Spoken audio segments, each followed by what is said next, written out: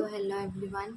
आज हम archaeological sources को जो एलिमेंट है उनमें से कॉइन्स और एक्सप्लोरेशन एंड एक्सकैवेशन ये दोनों को करने वाले हैं। सो पहले आता है कॉइन्स। तो कॉइन्स के बारे में पढ़ने को हम न्यूमिस्मेटिक कहते हैं।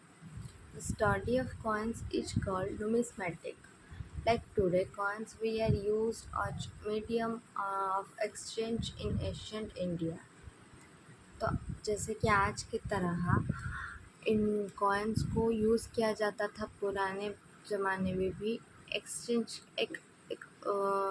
के माध्यम की तरह।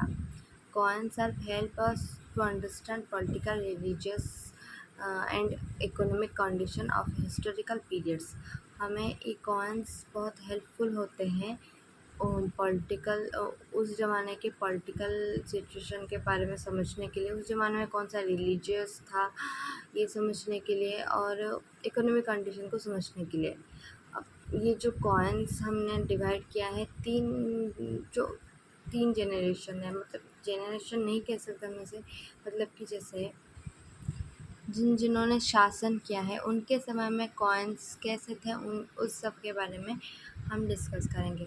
सो types of coins: Indo Greek coins, medieval coins, modern coins.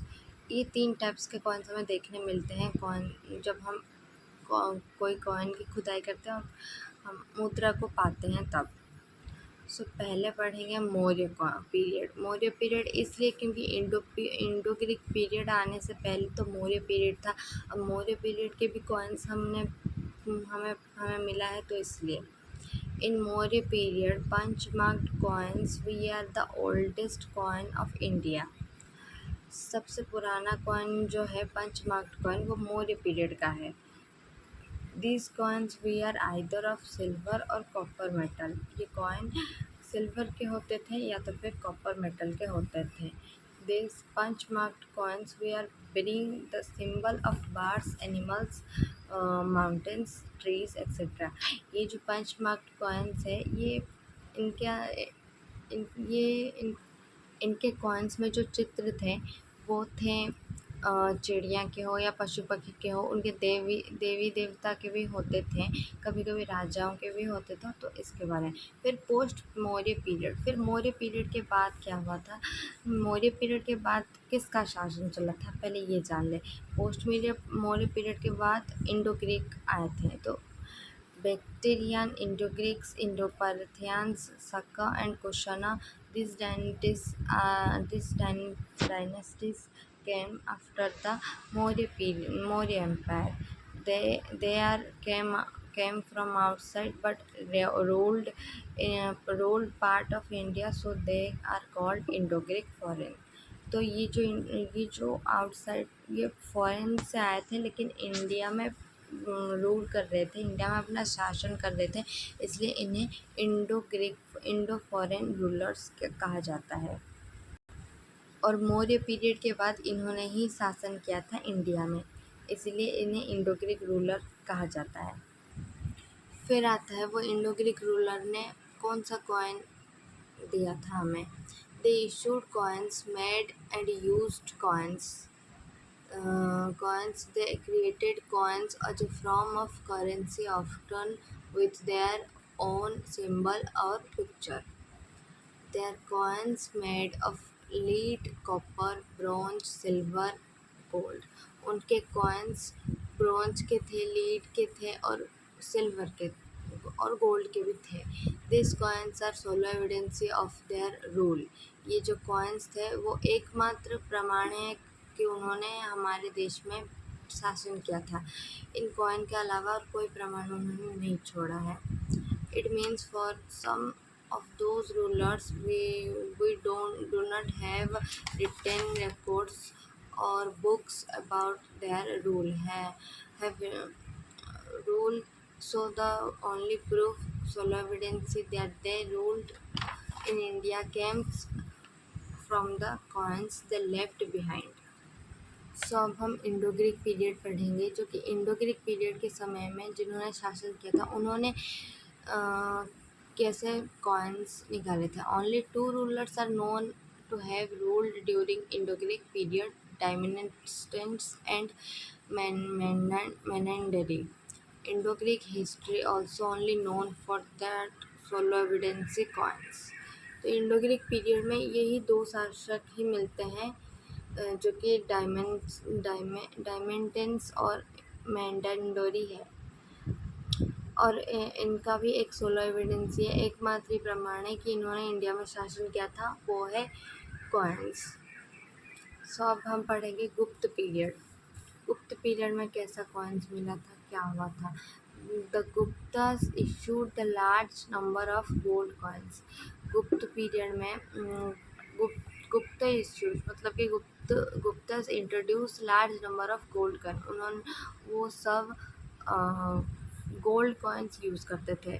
They also issued the large variety of coins such as layer type,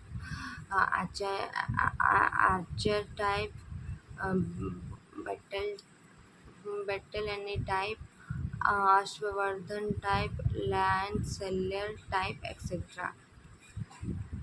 Fact Fact regarding all Gupta rulers are gleaned from Gupta coins. The famous Bayan coins hoard of the Gupta period throw light on the decline of trade. अब बयान coins horde जो था गुप्त period में, उनके coin का नाम था, उसमें डिसलाइन जो कि उसमें कम मात्रा में दिखने लगा, जो कि एक चिन्ह बनता है कि उनके वाणिज्य में पतन आया। The use of coins declined from the post-गुप्त पीरियड onwards. अब आगे भी उनके कॉइन्स के कम यूज़ होने लगे, ये देखा गया। फिर आता है पोस्ट गुप्त पीरियड। गुप्त पीरियड के बाद क्या हुआ। Decline in use of coins, ये जो कॉइन्स के व्यवहार है वो कम हो गए। Hard to trace rule, historian face hard to trace rule of Pallavas Parthians Rashtrakuta due to lack of coins. Historian को फिर अगले पीढ़ी के बारे में जानने में दिक्कत हुई। अब हम पढ़ने वाले हैं मिडिएवल इंडिया, जो कि मॉडर्न तो नहीं कह सकते, जो कि बीच का पीरियड था इंडिया का, जिस समय मुग़ल और मराठा शासन कर रहे थे। Many coins discovered from Mughals Maratha. Mohammad bin Tughlaq's copper currency failed, everyone mocked at his coins. तब मुग़ल के शासन में मोहम्मद बिन तुगलक जो थे, उन्होंने कॉपर्स कॉइन्स को इंट्रोड्यूस किया था, जो कि फेल हो गया और सब लोग उन पे हंसे। Muhammad bin Tughlaq tried to use copper coins instead of silver gold, but the plan failed badly and people made fun of him.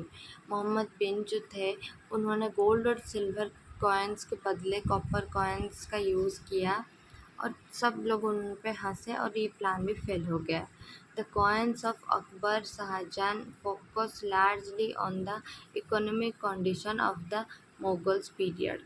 जो कॉइन्स थे अकबर और शाहजहां के समय में, ये हमें दिखाते हैं कि तब इकोनॉमिक कंडीशन का ग्रोथ हुआ, उनका डेवलप हुआ, क्योंकि ज़्यादा से कॉइन मिले हुए होंगे इसलिए। B.S. Vendry has discussed about the inscriptions in his famous book A Study of Muslim Inscription.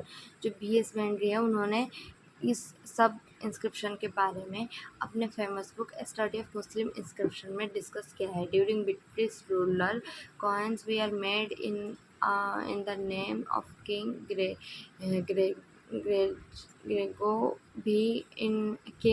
Grego VI and Queen Victoria.